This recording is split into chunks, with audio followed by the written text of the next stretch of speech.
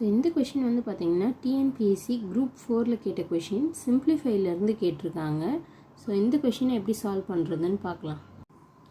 So கொஷினில் வந்து பார்த்தீங்கன்னா 4⁻1 + 4⁻2 + 4⁻3 ஹோல் பவர் 0ன்னு கொடுத்துருக்காங்க. ஃபஸ்ட்டு வந்து நம்ம என்ன பண்ணணும்னா சிம்பிளிஃபிகேஷனில் ப்ராக்கெட்டில் இருக்கிற டேர்ம்ஸை தான் சால்வ் பண்ணணும். ஓகேவா? ஃபஸ்ட்டு வந்து ப்ராக்கெட்டில் என்ன டேர்ம் இருக்குன்னா 4⁻1 + 4⁻2 + 4⁻3 இருக்குது. இதை எப்படி எடுத்து எழுதலான்னு வந்து பார்த்தீங்கன்னா 1/4ன்னு எடுத்து எழுதலாம்.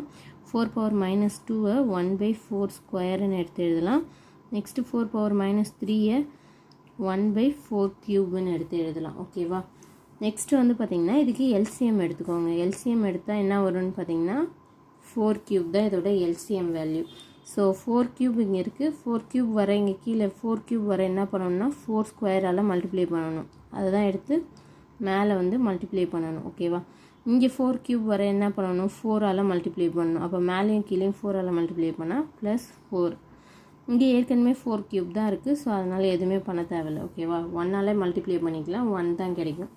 நெக்ஸ்ட்டு வந்து பார்த்திங்கன்னா 4² இருக்குது. 4² வேல்யூ 16 + 4 + 1 டிவைடட் பை 4³ வேல்யூ என்னன்னு வந்து பார்த்திங்கன்னா 64. இதில் எல்லாத்தையுமே ஆட் பண்ணிக்கோங்க. 16 + 4 20, 20 + 1 21 டிவைடட் பை 64.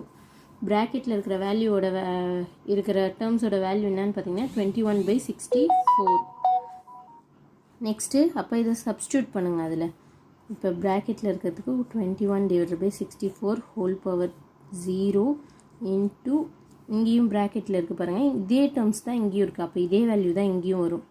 21/64 ஹோல் பவர் 1 இருக்குது. இங்கே ஹோல் பவர் 1 இல்லை -1 நல்லா நோட் பண்ணி வச்சுக்கோங்க.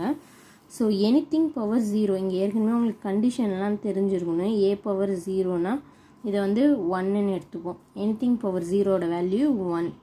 அப்போ 1 இன்ட்டு இங்கே 21/64 ஹோல் பவர் 1 தான் இருக்குது. அப்போ அதே வேல்யூ தான் வரும். ஸோ ஆன்சர் என்ன வரும்னா 21/64. Answer option C 21/64.